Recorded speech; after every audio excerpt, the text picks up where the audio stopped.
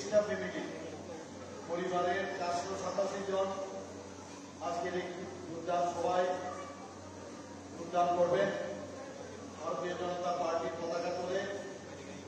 সেই উপলক্ষে আমাদের মাঝে উপস্থিত আছেন ত্রিপুরা প্রদেশ বিজেপির মাননীয় সভাপতি তথা রাজ্যসভার সাংসদ শ্রী রাজীব ভট্টাচার্য মহোদয়। একটু আগে ওনার বিস্তৃতভাবে আলোচনা আমাদের ভারতীয় জনতা পার্টির যে কথা, আমাদের সরকারের যেসব কাজ, কেন্দ্রের এবং রাজ্যের যে কথা আপনাদের সামনে রেখেছেন। আমাদের মাঝে উপস্থিত আছেন ভারতীয় জনতা পার্টির ত্রিপুরা প্রদেশের সাধারণ সম্পাদক তথা জনজাতিদের এখন ইউথ আইকন মহোদয়। আমাদের মাঝে উপস্থিত আছেন এই ডিস্ট্রিক্টের সম্মানিত সভাপতি শ্রী বিপ্লব চক্রবর্তী মহোদয়, এই সিপাহীজলা ডিস্ট্রিক্টের। তাছাড়া এখানে আমাদের মাঝে উপস্থিত আছেন প্রাক্তন বিধায়ক তথা আমাদের বিএসির চেয়ারম্যান শ্রী বীরেন্দ্র কিশোর দেববর্মা মহোদয়, এবং এখানে উপস্থিত যার সভাপতিত্বে আজকের এই যোগদান সভা, এই মণ্ডলের যিনি সভাপতি গোলাঘাটি কেন্দ্রের শ্রী নারায়ণ দেবনাথ মহোদয়। এখানে উপস্থিত আছেন আমাদের অত্যন্ত প্রিয়ভাজন এবং অত্যন্ত ডাইনামিক এমডিসি শ্রী সঞ্জীব রিয়াং মহোদয়। উপস্থিত আমাদের প্রাক্তন এই ডিস্ট্রিক্টের যিনি সভাপতি শ্রী গৌরাঙ্গ ভৌমিক মহোদয়। উপস্থিত আমাদের এই কেন্দ্রের থেকে যিনি, যাকে ভারতীয় জনতা পার্টির তরফ থেকে লড়বার জন্য দেওয়া হয়েছিল বিধানসভার 2023-এ, শ্রীমতী হিমানী দেববর্মা মহোদয়া। তাছাড়া এখানে অন্যান্য বিভিন্ন স্তরের আমাদের ভারতীয় জনতা পার্টির বিভিন্ন স্তরের যারা নেতৃবৃন্দরা এখানে উপস্থিত, এবং আমার প্রিয় কার্যকর্তারা এবং যারা আজকে এখানে যোগদান করতে এসেছেন, সবাইকে আমি স্বাগত জানাচ্ছি এবং হার্দিক অভিনন্দন ও শুভেচ্ছা জানাচ্ছি। আমার মনে আছে 2018-তে আমি এই হলের মধ্যে আমি এসেছিলাম। সেখানে আমাকে দায়িত্ব দেওয়া হয়েছিল 2018-তে সমস্ত ত্রিপুরার যে বুথ ম্যানেজমেন্ট কমিটির ইনচার্জ। এই হলের মধ্যে তখন বিধায়ক হয়নি, বীরেন্দ্রবাবু ছিলেন। এখানে যারা পোলিং এজেন্ট যারা ছিল, সেই পোলিং এজেন্টদের একটা ট্রেনিং দেওয়ার জন্য আমি এসেছিলাম এখানে। এমন একটা অবস্থা, যে রাস্তার কথা বলেছে, মানে কখন যে পৌঁছবো সেই রাস্তা দিয়ে, সেটা আপনারা নিশ্চয়ই সেগুলো আপনারা জানেন। আজকে সেই কথাগুলো আমাদের রাজীববাবু বলেছেন যে এখন এক লহমায় আমি কিন্তু এখানে পৌঁছে গেলাম। বহুত কষ্টে আমরা পৌঁছলাম, তার মধ্যে আতঙ্কের পরিবেশ, কমিউনিস্টদের কখন যে আক্রমণ করবে, ভয় ভীতি। এই জনজাতিদের সবসময় একটা ভয় ভীতি, সবসময় একটা পিছিয়ে, সবসময় একটা পেছনে লেগে রয়েছে, এবং তার থেকে আমাদের ভারতীয় জনতা পার্টি কিভাবে তার থেকে মুক্তি লাভ করবে তার ব্যবস্থা আমরা করছি। আমার মনে আছে আমি যখন এই হলের মধ্যে যখন ওই ট্রেনিং প্রোগ্রাম শেষ করলাম, শেষ করার পর বাড়িতে যখন গেলাম আমরা আমাদের কাজে, পরে পরবর্তী সময়ে আমার মনে আছে আমাদের বীরেন্দ্রবাবুর উপর সেই কমিউনিস্টরা অ্যাটাক করেছিল, আমার এখনো মনে আছে।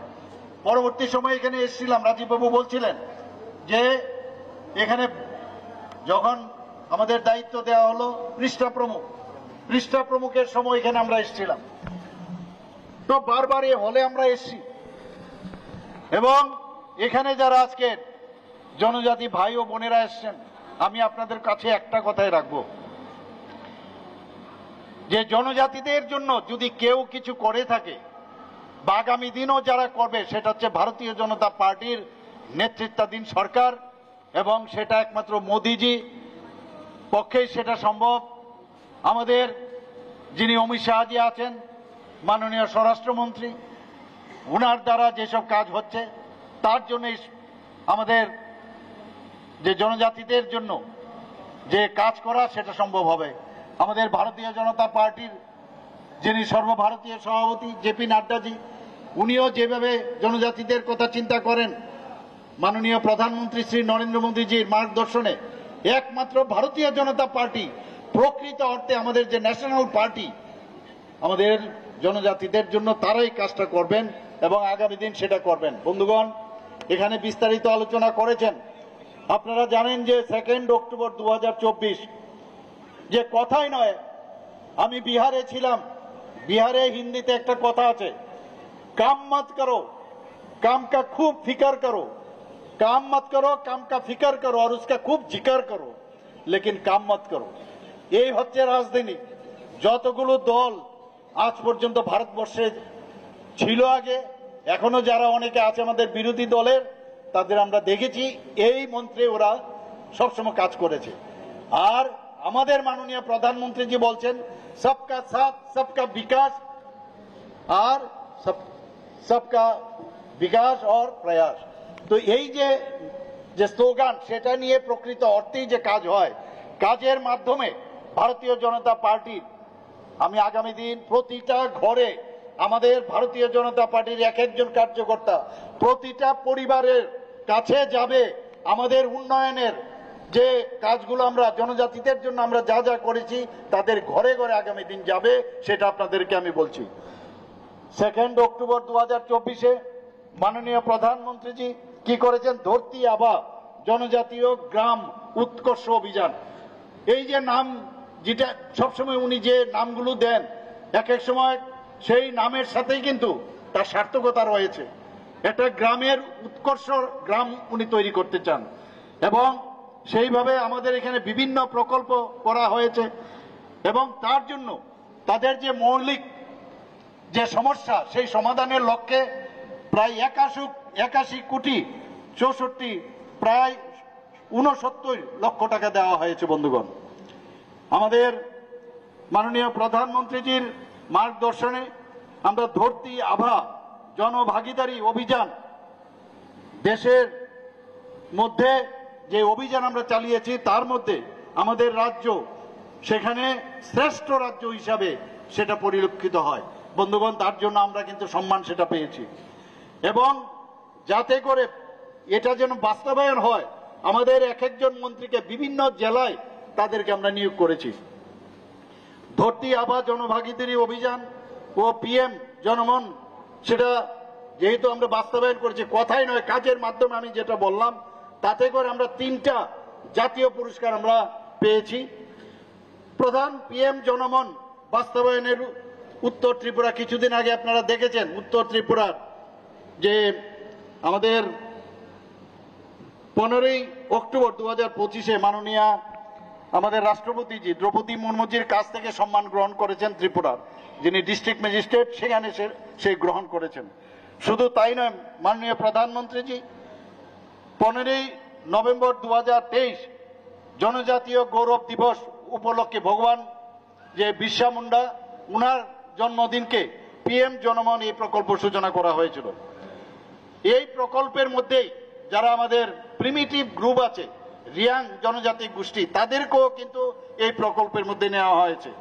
সেখানে ড্রিঙ্কিং ওয়াটার, পানীয় জলের ব্যবস্থা, সেখানে ইলেকট্রিসিটি, সেখানে রোড তৈরি করা, এডুকেশন, হেলথ এবং অন্যান্য সব বিষয়ে তার ব্যবস্থা যেন প্রপার হয়, সেই যে আমাদের প্রকল্প সেইভাবে করা হয়েছে। বন্ধুগণ, এবং 11টা দপ্তর সেটাকে একসাথে কাজ করেছে। 2024-25 এখন পর্যন্ত 322 কোটি 6 লক্ষ টাকা, 6 লক্ষ টাকার উপরে সেখানে আমাদের খরচ করা হয়েছে। বন্ধুগণ,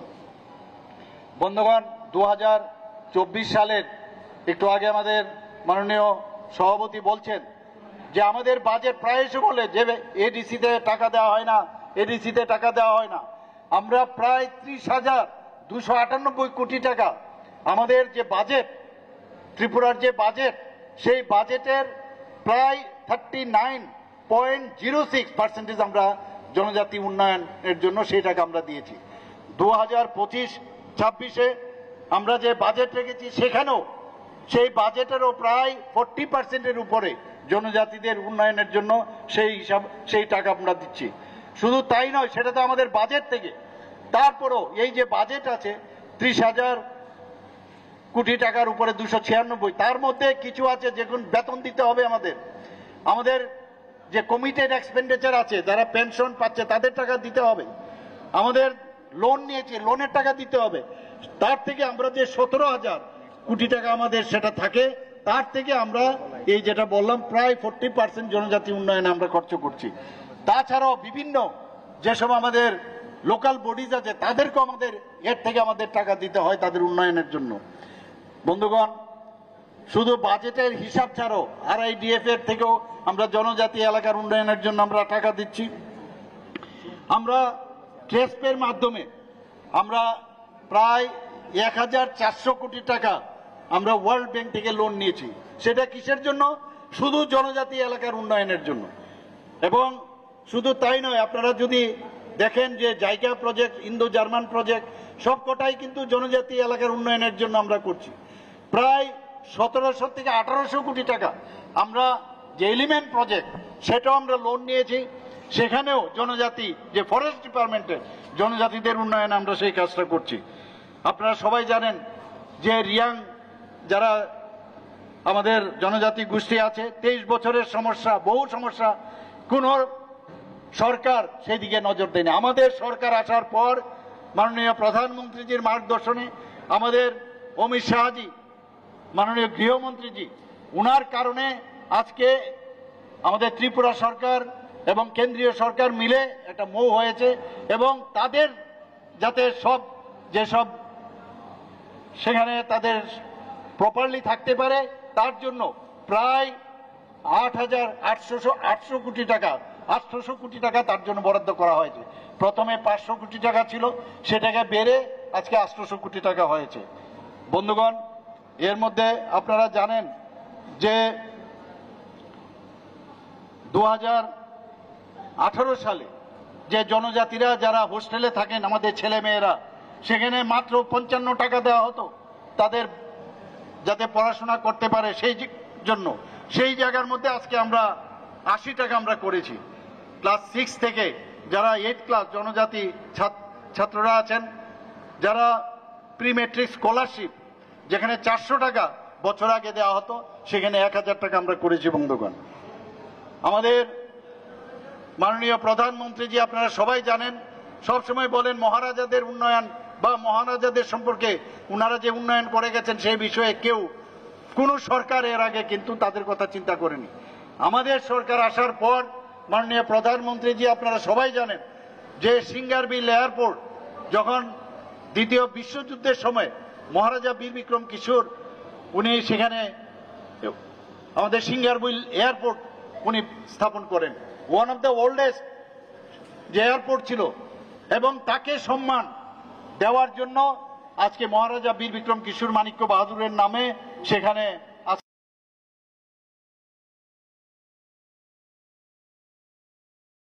হয়েছে। বন্ধুগণ, আমার বাড়ির সামনে 0 পয়েন্টে, যে অনেকেই জানে না কোথা থেকে শুরু হয়, আগরতলার থেকে কোন পয়েন্ট থেকে এই যে আমরা বলি 60 কিলোমিটার 60 মাইল, এগুলো আগে মাইল ছিল। আমার নিজের চোখের সামনে দেখা যে এই মাইল ফলক মাটির নিচে চলে গেছিল, সেটাকে এখন উপরে উঠানো হয়েছে। এবং মহারাজা বীর বিক্রম কিশোর মাণিক্য বাহাদুরকে বলা হয় যে ত্রিপুরার আধুনিক ত্রিপুরার রূপকার। উনাকে সম্মান দেওয়ার জন্য এই 0 পয়েন্টে উনার একটা মূর্তি সেখানে বসানো হয়েছে।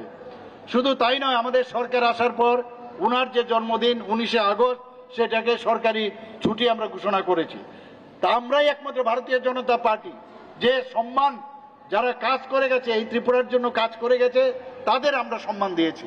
এর আগে কোনো সরকার সে চেষ্টাও করেনি বা আগামী দিনও করবে না। ওরা যদি কোনোদিন আসেও, তাদের আশা তো দূরস্থ, কিন্তু করবেও না। আজকে 12টি যে অ্যাসপিরেশনাল ব্লক আমরা আমাদের সরকার আসার পর 12টি অ্যাসপিরেশনাল ব্লক আমরা সৃষ্টি করেছি, ঘোষণা দিয়েছি। এবং আমাদের যে ধলাই ডিস্ট্রিক্ট বিশেষত, সেটা আপনারা জানেন যে অ্যাসপিরেশনাল ডিস্ট্রিক্ট, সেখানে বাজেটের এখানে ডেভেলপমেন্ট করার জন্য জনজাতিদের 10% আর বেশি রাখা হয়েছে। বন্ধুগণ, আপনারা গড়িয়া পূজা সম্পর্কে আপনারা জানেন, গড়িয়া পূজা আমরা একদিনের ছুটি ছিল, আমাদের সরকার আসার পর 2 দিন ছুটি সেখানে আমরা ঘোষণা করেছি। আমি সংগ্রামা যে পুজো হয় সেখানেও আমি গিয়েছিলাম কিছুদিন আগে, সেখানে ওনারা দাবি করেছিলেন আমাদের যে সংগ্রামা পূজা হয় তার জন্য ছুটি ঘোষণা করতে হবে। আমি এসে ক্যাবিনেটে কথা বললাম, ক্যাবিনেটে এই সংগ্রামা পুজোর দিন রেস্ট্রিক্টেড হলিডে হিসাবে আমি ঘোষণা দিয়েছি। আপনারা জানেন যে আমাদের জনজাতি এলাকায় আমাদের মাননীয় সভাপতি বলেছেন যে কিছুদিন আগে এই এই বিধানসভার মধ্যেই এর কাছে কাছে আরো কয়েকটা বিধানসভার মধ্যে এখানে যে ইএমআরএস যে একলব্য রেসিডেন্সিয়াল মডেল স্কুল সেটা জনজাতিদের জন্য আমরা প্রায় মাননীয় প্রধানমন্ত্রীজি 21টা একলব্য মডেল স্কুল করার জন্য উনি স্যাংশন দিয়েছেন। তার মধ্যে 12টা হয়ে গেছে, বাকি আরো 6টা সামনের মার্চে 2026-এ হবে এবং আমি নিশ্চিত যে বাকিগুলো হয়ে যাবে। এর মধ্যে যে ক্রাইটেরিয়া ফিক্স করা হয়েছে সেই ক্রাইটেরিয়া অনুসারে আরো 15টা একলব্য স্কুল যাতে হয় তার জন্য আমি এবার দিল্লিতে গিয়েছি যাতে সেগুলো হয়, তার জন্য আমি সেখানে বলে এসেছি। সেখানে বন্ধুগণ, আমাদের মাননীয় সভাপতি বলেছেন শুধু জিআই ট্যাগ নয়, আমাদের যে পাছড়া আছে আমাদের বোনেরা যে বানায় সেটাও কিন্তু জিআই ট্যাগ পেয়েছে। বন্ধুগণ, আমাদের একমাত্র সেটা সম্ভব মাননীয় প্রধানমন্ত্রীজির কারণেই সেটা সম্ভব। আমাদের ত্রিপুরা রাজ্যের রাজ ফ্যামিলির মহারাজাদের ফ্যামিলির একজন জিষ্ণুদেব বর্মা মহোদয়, নিশ্চয়ই আপনারা নাম জানেন, আমাদের ডেপুটি চিফ মিনিস্টার ছিলেন। উনাকে একটা ছোট রাজ্যের থেকেও এত বড় একটা রাজ্য, তেলেঙ্গানার মতো রাজ্য, সেখানে উনাকে আজকে সেখানে রাজ্যপাল হিসাবে সেখানে নিযুক্তি দিয়েছেন। আমাদের জন্য এটা অত্যন্ত গর্বের বিষয়। আমরা সবাই জানি যে আমাদের সরকার আসার পর যারা সমাজপতিরা আছেন তাদেরকে 2000 টাকা সাম্মানিক দেওয়া হতো। কিছুদিন আগে আমরা এই ক্যাবিনেটে ডিসিশন নিয়ে 2000 থেকে আমরা সেটাকে 5000 করেছি। শুধু তাই নয়, 5000 টাকা তো করেছি, কিন্তু দেখা গেছে যে আগে যেটা করা হয়েছিল তাতে করে একটা ক্যাপিং ছিল যে কেউ যদি চাকরি করে বা কেউ যদি সেখানে পেনশন পান তাদেরকে দেওয়া হবে না। আমরা এইবারে ক্যাবিনেটে সেটাও উঠিয়ে দিয়েছি, তাতে করে দেখা যায় প্রায় 13-14 জন যে সমাজপতি তারা পাবেন, কারণ তারা সমাজের জন্য কাজ করছে, কেন আমরা তাদেরকে আমরা দেব না।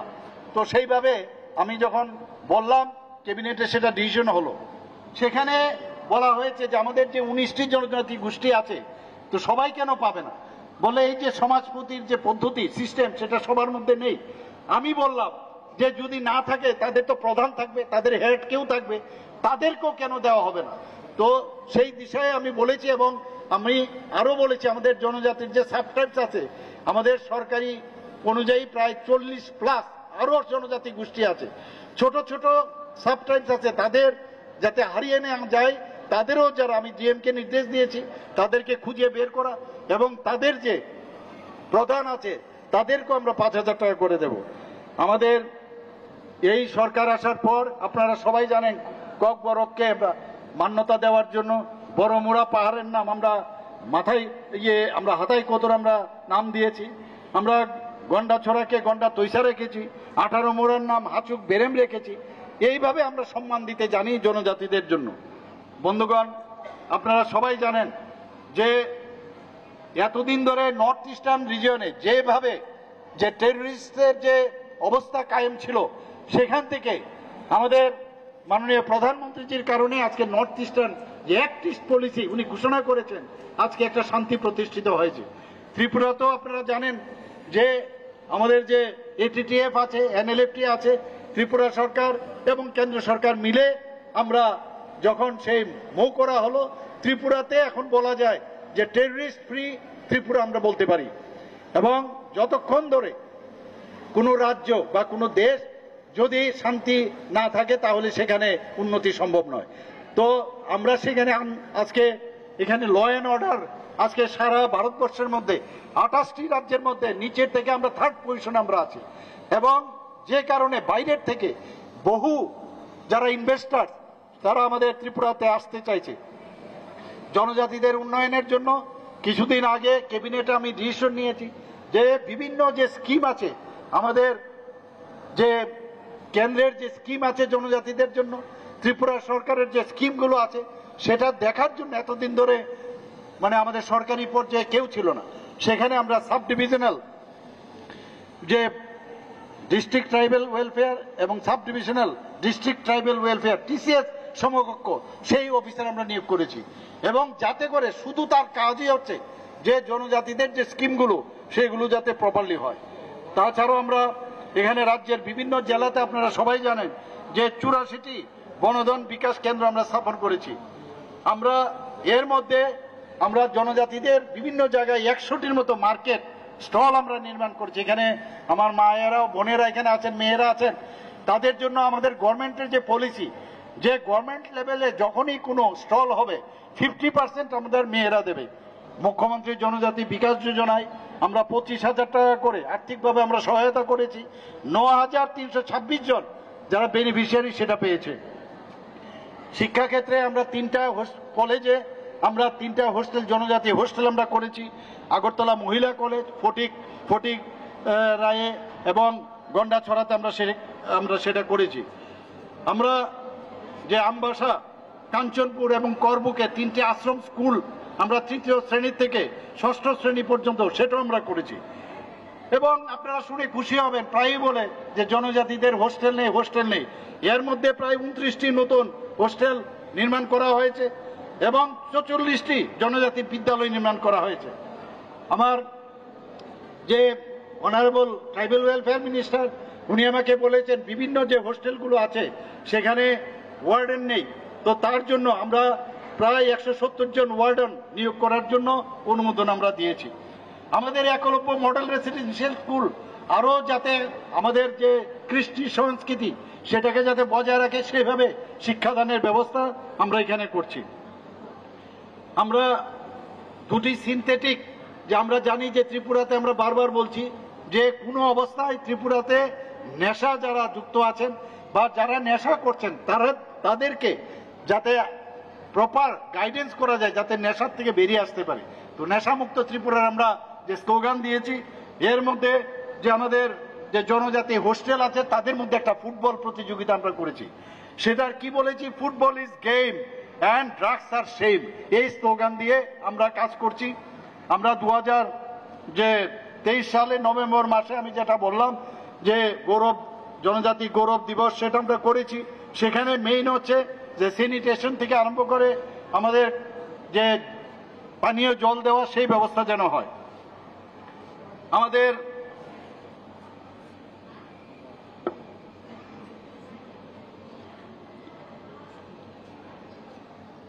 আপনারা জানেন যে যতগুলো আপনাদের যে মাননীয় প্রধানমন্ত্রী যে আমাদেরকে হীরা মডেল দিয়েছে, ন্যাশনাল হাইওয়ে এতগুলো দিল, এই ন্যাশনাল হাইওয়ে যতগুলো আছে তার মধ্যে বেশিরভাগ আপনারা দেবেন জনজাতি এলাকা দিয়ে যায়।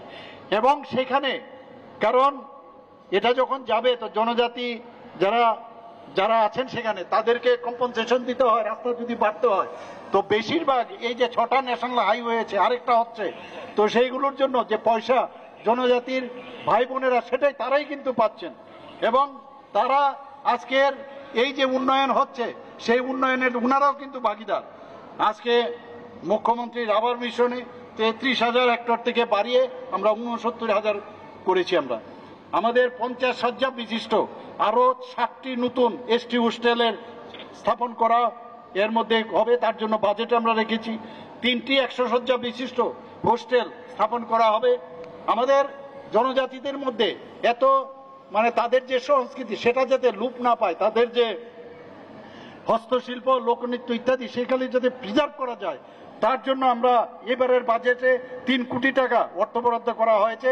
সেগুলো লোকসঙ্গীত, লোকনাট্য সেগুলো যাতে আমরা ধরে রাখতে পারি। সুপার যে 100 স্কিম আমরা রেখেছি, সুপার 100 স্কিম, তাতে করে আমাদের জনজাতিরা যাতে উচ্চ শিক্ষিত হতে পারে, বিভিন্ন ইউপিএসসি, টিপিএসসি বা আইপিএস হতে পারে, তার জন্য আমরা এখানে 2025-26-এ সেই স্কিম আমরা চালু করেছি। বন্ধুগণ, আমার সবচেয়ে ভালো লাগে যখন আমি দেখি বিভিন্ন অফিস কাছারিতে আমি যাই, বিভিন্ন জায়গায় আজকে জনজাতিদের কেউ ডাইরেক্টর হয়েছে, কেউ এসপি হচ্ছে, কেউ আইজি হচ্ছে, এরকম বহু জায়গায় আমাদের জনজাতিদের থেকে ফুটবল খেলাতেই হোক, টিচার্সও হোক, সব জায়গার মধ্যে জনজাতিদের ডাক্তারই হোক, ইঞ্জিনিয়ার হোক, সব জায়গায় আমি যখন দেখি জনজাতি গোষ্ঠীর ছেলে মেয়েরা সেখানে তারা আসছেন, এতে করে আমার অত্যন্ত ভালো লাগে। এবং আমরা চাই যে আরো বেশি করে তারা যেন সেই দিকে যায় এবং মাননীয় প্রধানমন্ত্রীজি বারবার বলছেন যে আমরা এক ত্রিপুরা শ্রেষ্ঠ ত্রিপুরার পাশাপাশি এক ভারত শ্রেষ্ঠ ভারত সেটা আমরা তৈরি করব। এখানে আজকে যারা উপস্থিত হয়েছেন সবাইকে আমি স্বাগত জানিয়ে আমার কথা বলা শেষ করছি। নমস্কার, জয় হিন্দ, ভারত মাতা কি জয়। ধন্যবাদ।